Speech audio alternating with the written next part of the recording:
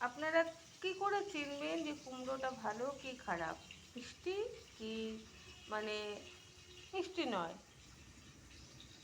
কুমড়োর গায়ে যে সবুজ অংশটা দেখতে পাচ্ছেন, এই রকম সবুজ অংশের কুমড়ো কিনবেন আর এখানটা থাকবে হলদে, তাহলে কুমড়োটা কিন্তু খুব ভালো কোয়ালিটির কুমড়ো হবে, সেই কুমড়ো মিষ্টি হবে। এইভাবে কুমড়ো চিনে বাজার থেকে কিনবেন। আগে আমিও কিনতে পারতাম না, যারা নতুন বাজার করছেন তারা কিন্তু ঠিক এইখানটা সবুজ থাকবে, এখানটা যদি সবুজ না থাকে তো সেই কুমড়ো কিন্তু খুব একটা টেস্ট পাবেন না।